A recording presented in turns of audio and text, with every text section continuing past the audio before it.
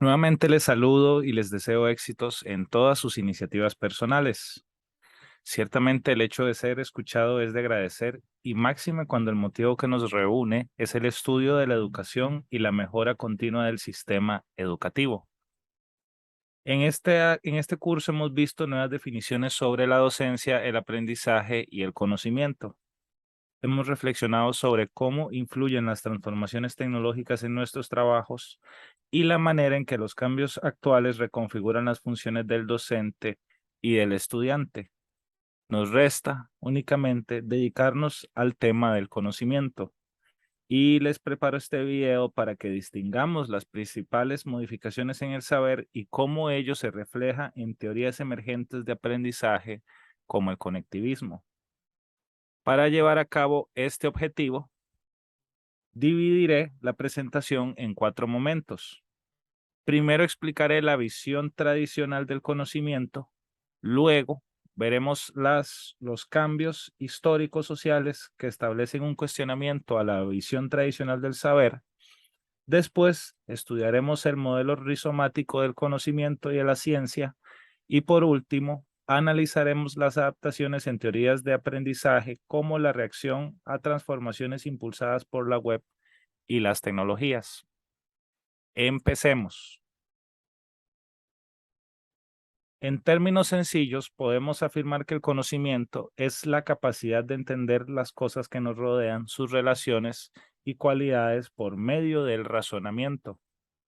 También esta palabra se vincula al conjunto de representaciones e informaciones abstractas interrelacionadas que se acumulan a través de la observación y la experiencia. Se puede obtener a priori como un proceso de reflexión del razonamiento o a posteriori, en los casos en que se deriva de una experiencia pasada. En cuanto a las características de un saber válido, podemos distinguir claramente 8. En primer lugar, que es racional u originado en la actividad superior de la razón.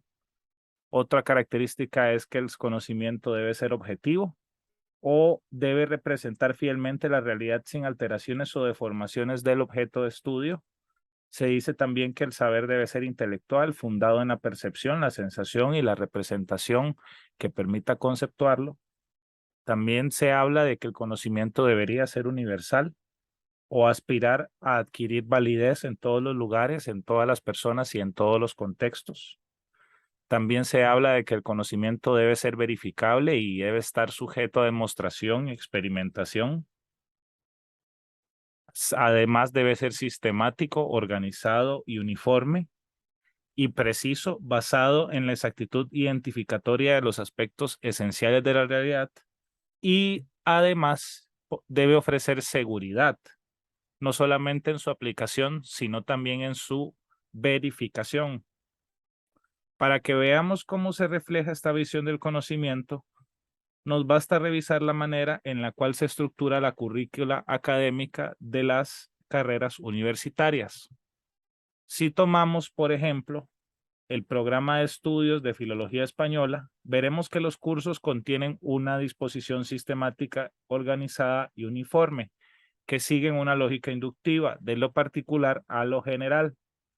Por ello es que primero se estudia la morfología, es decir, la estructura interna de las palabras en términos formales, y luego se pasa a la sintaxis, que presta atención al orden y la relación de las palabras dentro de una oración. Como se observa, aquí el conocimiento avanza en función del nivel de complejidad y cada saber es un escalón que permite el ascenso hacia estadios más complejos del saber dentro de una disciplina científica. Así las cosas, es a partir de un saber jerarquizado y ascendente hacia arriba que accedemos a las distintas ramas propias de una ciencia.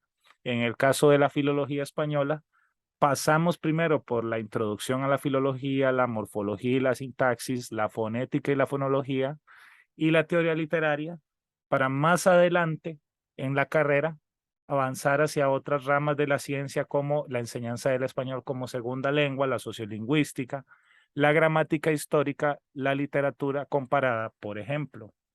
Esta disposición del conocimiento se corresponde con lo que los filósofos franceses Deleuze y Guattari definen como modelo arbóreo del conocimiento. Les pido que retengan esta información de cara a la tercera y cuarta parte de la exposición que vendrá en breve. Ahora bien, el conocimiento no es ajeno a los fenómenos históricos. Antes bien, Niño señala que, como toda actividad social, la ciencia está sujeta y depende de convenciones y negociaciones de los intereses de individuos y comunidades específicas, y que dichas convenciones e intereses pueden y deben ser explicados. Observamos que el progreso científico entonces depende en gran medida de la acción colectiva humana.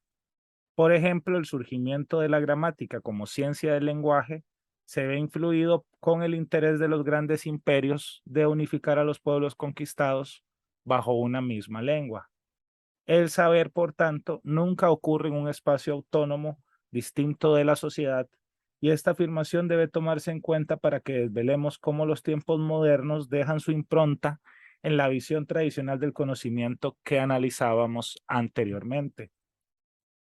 Sin duda alguna, el fenómeno de la globalización es el que más ha influido en el desarrollo de la ciencia. El mundo en el que vivimos es un mundo interconectado por las tecnologías y el Internet, y la influencia de ambas se extiende hasta abarcar todas las esferas de la vida. La diversidad sucumbe ante la creciente homogeneización y la uniformidad cultural que impulsan las interacciones sociales mediatizadas en la web. Las sociedades, por tanto, se agrupan bajo el signo de la mismidad tecnológica, y los rasgos identitarios que distinguieran formaciones sociales otrora singularísimas son subsumidas en el vertiginoso movimiento del mercado global. Como señala Gutiérrez, este ambiente cultural de elementos cambiantes y nebulosos plantea escenarios donde el aprendizaje es continuo, caótico, complejo y especializado. Como consecuencia, la producción del conocimiento se acelera para emular el ritmo trepidante de las transformaciones sociales, y por ello es que el saber se ha vuelto voluble y inestable y en constante expansión, lo cual genera que su vida útil se reduzca exponencialmente. Este componente impredecible del avance de la ciencia exige otras coordenadas con las cuales definir los elementos constitutivos de un saber válido. Se requiere de un modelo de conocimiento que refleje este carácter transitorio y provisional de un mundo que se rige por el cambio. Este nuevo planteamiento ha sido nombrado por Gilles Deleuze y Félix Guattari como modelo rizomático de la ciencia.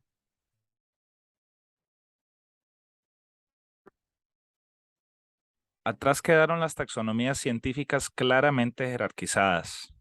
Atrás quedó el saber inductivo, que asciende por el tronco de una ciencia hasta desembocar en las distintas ramas de una disciplina científica. En el presente interconectado, los caminos para llegar al saber científico son múltiples. Las voces autorizadas para hablar de un tema son tantas que haría falta una vida entera para abordar la especificidad de una temática determinada, pues el saber, como el conocimiento mismo, se extiende sin límites por el ciberespacio, y lo conocible es como un mar proceloso que requiere de diestros navegantes, capaces de adaptarse a las aguas arremolinadas. En respuesta a este devenir de la ciencia, surge el rizoma como sistema cognoscitivo. En la botánica, el rizoma es una estructura presente en algunas plantas y se forma a partir de la unión de varias raíces sin que ninguna de ellas se imponga sobre las otras. En este entramado de raíces verticales y brotes subterráneos que forman una red de multiplicidades en continua evolución, se observa el surgimiento de nodos o bulbos que conectan tejidos de distintas plantas. Este patrón del que les hablo es observable en el jengibre, por ejemplo. El rizoma simboliza la forma que adopta el conocimiento en el mundo globalizado. La complejidad de la sociedad pone en entredicho la antigua parcelación de la realidad que se observara en las disciplinas científicas, y la aparición de problemas insólitos exige la combinación de diversos saberes para responder a estas nuevas demandas cognitivas. Por ello es que ahora vemos que la lingüística se une a la computación para estudiar el lenguaje de programación, observamos que el análisis de datos se asocia con la ciencia política para vislumbrar conductas colectivas en redes sociales cuando ocurre un proceso electoral. En igual medida, la administración de empresas y la psicología se juntan para gestionar las planillas de los centros de trabajo, y lo mismo podría decirse del vínculo entre la pedagogía y la comunicación colectiva, de cuya relación surge la educomunicación en respuesta a un fenómeno educativo que cada vez más depende de las tecnologías. Para alcanzar una visión global de la realidad se requiere del diálogo de distintas perspectivas. La interdisciplinariedad de la que hablo vendría a conformar entonces un nudo o bulbo del rizoma, es decir, un espacio donde se encuentran saberes divergentes y ramas de distintas disciplinas científicas. Esos enlaces de conocimiento provenientes de distintos lugares rompen con la organización jerarquizada de la ciencia que propone el modelo arbóreo y admiten la aparición de nuevas conexiones que contribuyen a explicar de forma más clara los resquicios de la realidad que se resisten a ser analizados. Así las cosas, el modelo rizomático del conocimiento cumple con todas las características de un saber válido, a excepción de la sexta característica, la cual enunciaba que un saber debe ser uniforme y sistemático. En la segunda parte de la exposición mencionábamos que la ciencia no ocurre en un espacio autónomo, separado por completo de la sociedad y sus variaciones.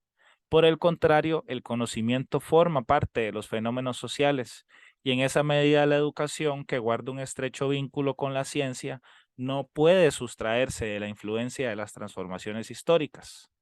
En las teorías del aprendizaje también queda la impronta inconfundible del presente.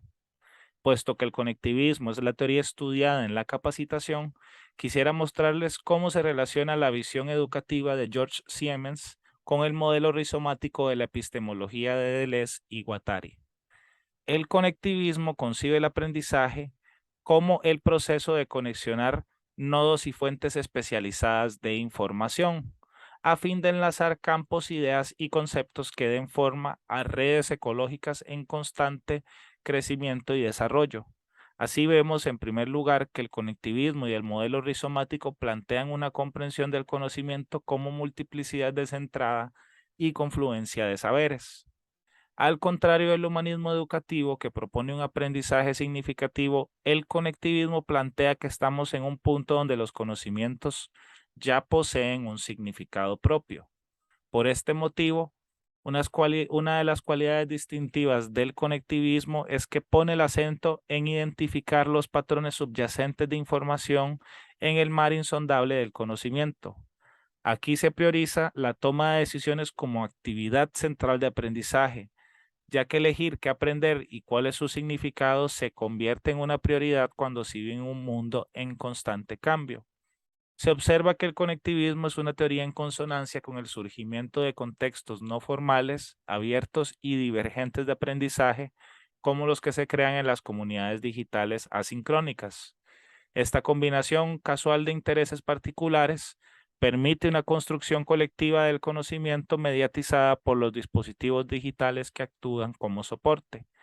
Además, este aprendizaje por descubrimiento, donde se enfatiza en la capacidad de aumentar el saber por sobre la mera constatación de lo sabido, recuerda el concepto de zona de desarrollo próximo de Vygotsky, que apuntaba al desarrollo mental prospectivamente al hablar de las actividades que el estudiante puede concretar sin intervención del docente. Esta era una explicación que había quedado pendiente y no quería dejar en suspenso. Espero que la exposición haya afianzado la identificación de las conexiones subyacentes entre todos los contenidos de la capacitación. Les agradezco su atención y les dejo con las fuentes de las que me serví para compartirles estos conocimientos. Una vez más, les transmito mi gratitud por haber participado del curso y les deseo muchos éxitos y bendiciones.